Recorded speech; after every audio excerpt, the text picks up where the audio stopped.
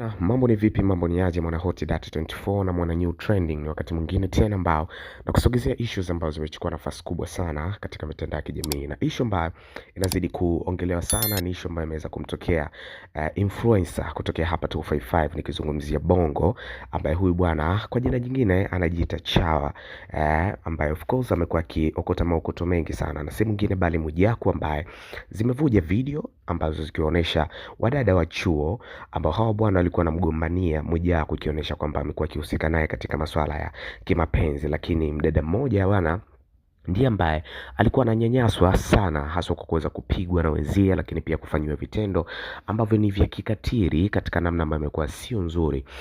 Na hii bwana ni video ambazo zilikuwa zinarekodiwa na wanafunzi wenyewe, wakidai kwamba wataweza kuziposti kwenye magrupu ya darasani kwao, lakini pia kwa chuo, ili kuweza kuonesha kwamba jinsi gani wanapomdhalilisha mwenzao kwa kuweza kuchukua bwana wake. Lakini kumbuka kwamba Mwijaku ana mpenzi wake na mke wake, naweza kusema Alicom, ambaye yuko naye, lakini still alionekana akiwa anatoka. Lakini hawa wadada bwana ni vijana wa chuo ambao walikuwa wanategemea pesa kutoka kwa Mwijaku, na ndo njia yao ambao wameweza kuitengeneza. Sasa vitendo ambavyo walikuwa wanamfanyia vimeonekana si vizuri, kwa kuweza kumwogesha maji ya moto, kuweza kumkata nywele, kuweza kumpiga, kuweza kumharas katika njia ambazo zimekuwa kiukweli zinaweza kuumiza. So Mange Kimambi ameweza upload ili swala, lakini pia kuweza kumtag mheshimiwa ambaye anahusika na masuala haya ya ustawi wa jamii, nikimzungumzia Dorothy Gwajima, ambaye ameweza kulishughulikia na kuweza kuhakikisha kwamba anatoa haki stahiki kwa hawa vijana ambao wameonekana wakiweza kumharas mwenzao kwa namna tofauti tofauti. Lakini pia ameweza kujitahidi kutengeneza mazingira ya kuongea